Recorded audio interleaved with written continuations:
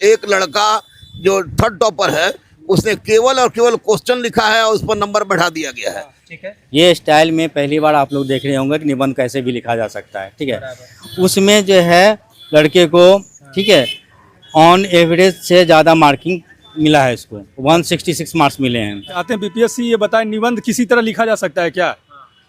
Point wise तो आज तक निबंध नहीं लिखा गया है, और ये बीपीएससी में देखा जा रहा है कि पॉइंट वाइज भी निबंध लिखा जा रहा है।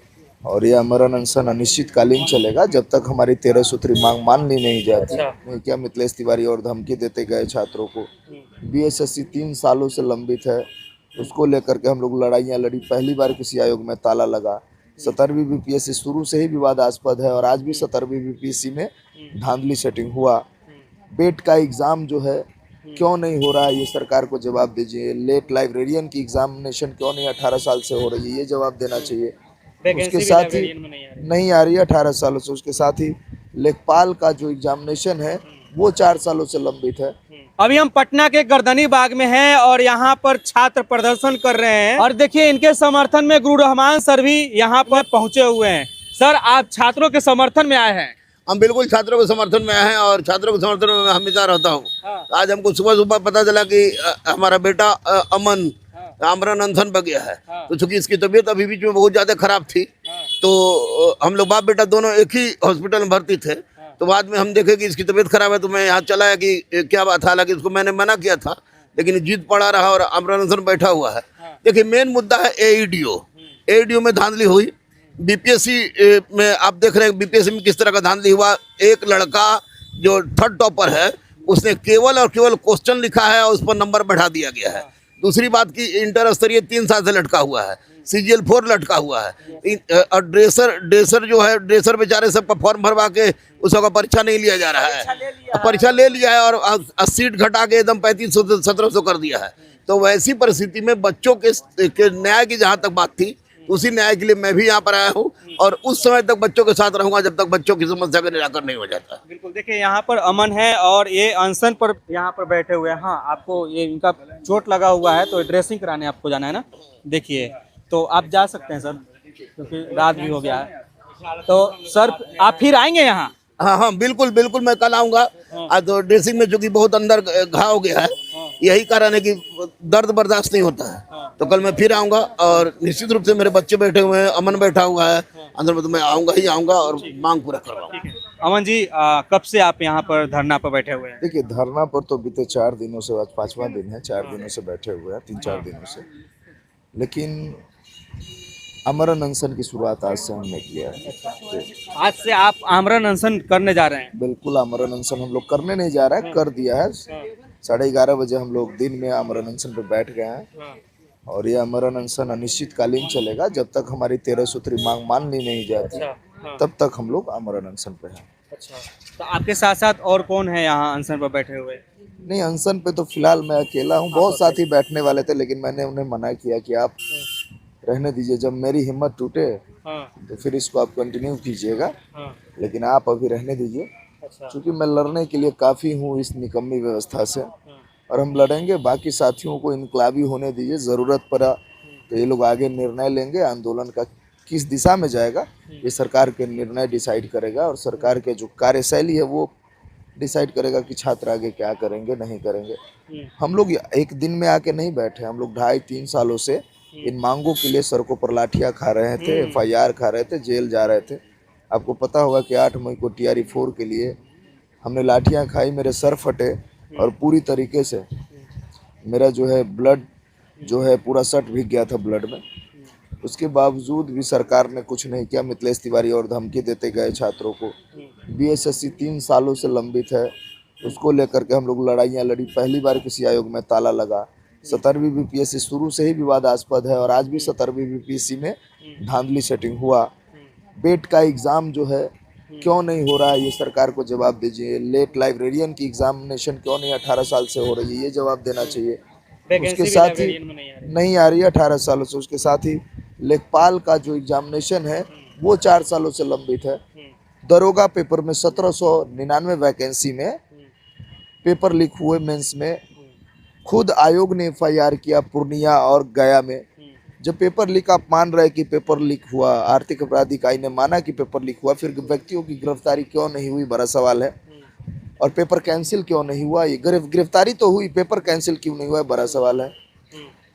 बीपीएससी की तमाम वैकेंसी आप देख लीजिए, सेनेटरी का हो गया, एईडीओ हो गया, 17वीं बीपीएससी हो गया, अब 72वीं बीपीएससी को भी कैंसिल कर दिया गया है। कैंसिल का मतलब है डेट बढ़ा दिया गया था। मतलब क्या कर रहे हैं ये, छात्रों को कब तक ये छलेंगे?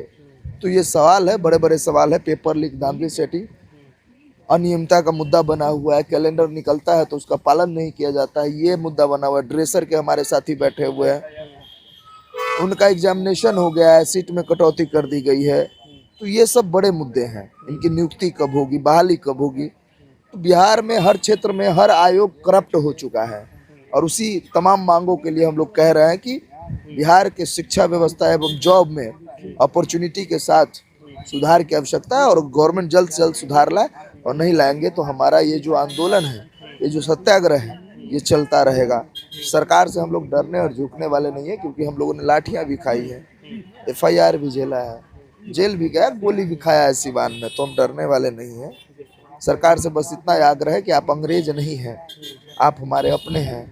और जहां 80वां साल देश की आज़ादी का मनाया गया, वहां अगर इन चीज़ों से हमें आज़ादी नहीं मिली, पेपर लीक से आज़ादी नहीं मिली, हमें भ्रष्टाचार से आज़ादी नहीं मिली, तो हम कहीं ना कहीं गुलामी महसूस करेंगे। बिल्कुल, जो देश को आज़ाद कराने में अपने सीने पर गोली खाए हैं, वो अगर ऊपर से देख रहे होंगे तो भी सोच रहे होंगे कि हम कहाँ अंग्रेज़ों से लड़े और यहाँ पर भ्रष्टाचार हो रहा है। देखिए, ये लोग जो है पेपर लिए हुए हैं, जो 70वीं बीपीएससी में स्टूडेंट ने लिखा था। किनका ये पेपर है? ये जो है हाई कोर्ट का ऑर्डर है, ये 2011 में ऑर्डर आया था हाई कोर्ट को। और ये बीपीएससी को दिशा निर्देश दिया गया था कि जो है आप अपना, ये हाई कोर्ट का जजमेंट है, आप लोग देख सकते हैं, ठीक है। इसमें क्लियरली लिखा है कि जो है जो कार्य प्रणाली है बीपीएससी का, उसने जो है डेवलप्ड ए वेल डिफाइंड सिस्टम ओरली, ठीक है, जो कि कॉज बनता है शॉर्ट कमिंग का, ठीक है, जिसमें कमियां हैं, ठीक है, और incapable of uniform application by the commission and equally incapable of proper enforcement by court, ठीक है। मतलब सबके लिए बराबर न्याय के लिए ये उचित नहीं है। इसलिए उसको जो रिस्पोंडेंट नंबर 2 और 3 है, आप देख सकते हैं यहाँ पे रिस्पोंडेंट नंबर 2 जो है आपका ये चेयरमैन बीपीएससी है और बिहार पब्लिक सर्विस कमीशन, ठीक है, ये 2-3 सेक्रेटरी है। इन दोनों 2-3 जो रिस्पोंडेंट हैं, उनको जो है वेल एडवाइज, कोर्ट ने एडवाइस दिया है टू फ्रेम रूल्स, ठीक है, और जो पहले का इसका इनका नियम है वह करने के लिए, ठीक है। उसके अलावा जो है देखिए, सिस्टम ऑफ मॉडरेशन करने के लिए जो भी नियम कानून है उसको आप अधिनियमित कीजिए, क्योंकि इनका जो रूल है 1996 का, वह इनका मौखिक रूप से जो है चल रहा है, वह अभी तक विधायिका से अधिनियमित नहीं है, ठीक है। उसके बावजूद जो भी उनका रूल ऑफ प्रोसीजर 1996 है, उसमें भी उन्होंने बहुत सारे गलतियां की हैं, जैसे मॉडरेटर का नियुक्ति को लेकर हो, एग्जामिनेशन पैनल को बनाने को लेकर हो, ठीक है। इन सब चीज़ों का नियम कानून का उल्लंघन पूरी तरह से किया गया है, ठीक है। अब हम लोग का जब मेंस का रिजल्ट आया था दिसंबर में, उसके बाद जनवरी में हम लोगों ने रिप्रेजेंटेशन दिया था आयोग को। कौन सा पेपर का मेंस का रिजल्ट? ये बीपीएससी 17 का, बीपीएससी 17 का जब रिजल्ट आया था दिसंबर में, तो हम लोग ने जनवरी में पूछा था आयोग से कि जो है आपका क्या नियम कानून है, क्या आप थोड़ा पीछे से शांत रहेंगे, कि आपका क्या क्या पद्धति है, क्योंकि हम लोगों को उसी समय लगा था कि इसमें बहुत सारी अनियमितता हुई है। जो डिजर्विंग कैंडिडेट थे, जिन्होंने बहुत अच्छी तरह से लिखे थे, जिनका टॉपर में रैंक आना चाहिए था, उनका मेंस में भी नहीं हुआ था, ठीक है। लेकिन जिसका हम लोग को ऐसा भी कॉपी मिला था, हाँ, सोशल मीडिया के थ्रू, कि अनइवलेट कॉपी आती है, तो हम लोग को मिला था, तो उसमें जिसने मतलब इरेलीवेंट चीज़ें लिखी थी, जो क्वेश्चन का पूछा गया था उसके अकॉर्डिंग नहीं लिखे थे, उन सब का देखे थे कि मेंस में रिजल्ट आया हुआ था। तो हम लोग को डाउट हुआ, तो हम लोगों ने आयोग से पूछा कि आपका जो मेंस इवैल्यूएशन का प्रक्रिया है उसका स्टेप बाय स्टेप जवाब दीजिए। तो हम लोग को जो है ना आयोग से जवाब आया, ना हम लोग ने सीएमओ को भेजे थे, सीएमओ से आयोग में गया था, और ना वहाँ से कोई रिप्लाई आया था। उसके बाद हम लोगों ने एक PIL फाइल किया था, पीआईएल, क्योंकि बृहद लेवल पे ये चीज़ें प्रभावित होती हैं, इसलिए हम लोगों ने पीआईएल फाइल किया था। पीआईएल में जो है हम लोग को माननीय उच्च न्यायालय ने बोला कि जो है आप लोग आयोग से पूछ लीजिए, ठीक है। ये आपका हाई कोर्ट का पीआईएल का जजमेंट है, और उसको लगा कि ये देखिए ये हाई कोर्ट का जजमेंट है, ठीक है। हाँ, तो उसके बाद हम लोगों ने मार्च की बात है, ठीक है, 10 मार्च 2026 की बात है। हम लोगों ने जो है इसको हाई कोर्ट का ये ऑर्डर है उसको बेस बना के आरटीआई डाला था, ठीक है। उसमें हमारा यही 6 पॉइंट थे। इसका जवाब आरटीआई के थ्रू अभी तक 4 रिमाइंडर देने के बावजूद भी सेटिस्फैक्टरी रिप्लाई नहीं आया है। 1 पॉइंट का सिर्फ रिप्लाई आया है, बाकी तो जो 5 पॉइंट है उसका तो कोई रिप्लाई ही नहीं आया, ठीक है। उसके बाद हम लोगों जो है असंतुष्ट होकर प्राइवेट रीट फाइल किए थे, ठीक है। प्राइवेट रीट फाइल किए, उसका भी 4 से 5 महीना हो चुका है, तो उसका भी सही से एक भी हेयरिंग नहीं मिल पाई हम लोगों को। हाँ, तो हम लोगों ने आयोग को देख लिया, हम लोगों ने ईओयू में गए थे अधिकारी के पास, क्योंकि यहाँ पे भी बहुत सारी गड़बड़ियाँ तो एक्शन ले सकते हैं। ईओयू गया, आयोग गए, सरकार के पास गए, कोर्ट के पास गए, कहीं से कोई रास्ता जब नहीं मिला तो आदमी आखिर क्या करेगा। वो आखिरकार जो है रोड पे आने के लिए मजबूर है आज के डेट में। और अब यही लग रहा है कि सरकार को किसी न किसी तरह से बात को सुनाया जाए, बात को सही से पहुंचाया जाए, और जो है जो अनियमितता हुई है उसको लेकर जांच बैठाई जाए। क्या नाम हुआ आपका? रितेश झा जी। अच्छा, आप भी कुछ पेपर लेकर के आए हैं, क्या नाम हुआ आपका? दीनानाथ चौधरी मेरा नाम हुआ। सामने आ जाए। ड्रेसर के वैकेंसी आया था। क्या चीज का? ड्रेसर, परिधापक हिंदी में बोलते हैं। ड्रेसर स्वास्थ्य विभाग में। अच्छा, तो आया था 25-21 में वैकेंसी था। उसमें लिखा था संघ एवं राज्य से मान्यता प्राप्त सर्टिफिकेट CMD या समकक्ष हो, उसमें से हम सब योग्य हैं। हमको डॉक्यूमेंट्स वेरिफिकेशन हो गया। डॉक्यूमेंट्स वेरिफिकेशन, और देखिए इसमें हमको ओके बताया गया है डॉक्यूमेंट्स वेरिफिकेशन में, इसमें कोई ऑब्जेक्शन नहीं है। अच्छा, ऑब्जेक्शन नहीं है। उसके बाद भी हमको ये government of India ministry of corporation से है, और यही 2010 में जो वैकेंसी आया था ड्रेसर का तो ले लिया था यही सर्टिफिकेट पर।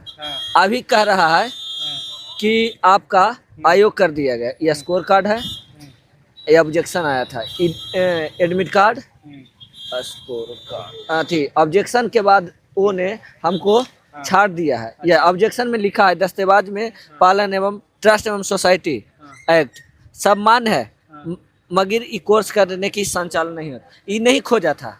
अब पारा मेडिकल सिर्फ पारा मेडिकल वाला को ही लिया है।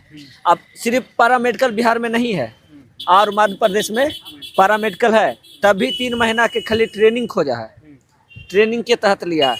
और बिहार राज्य में सिर्फ पारा मेडिकल काउंसिल वाला को लिया है। 1785 लोग क्वालिफाई हुए थे, उसमें सीट था 3326 और अपेयर हुए थे 55,000 एग्जाम दिए थे, उसमें से 1785 लोग पास हुए और डीवी भी हो गया।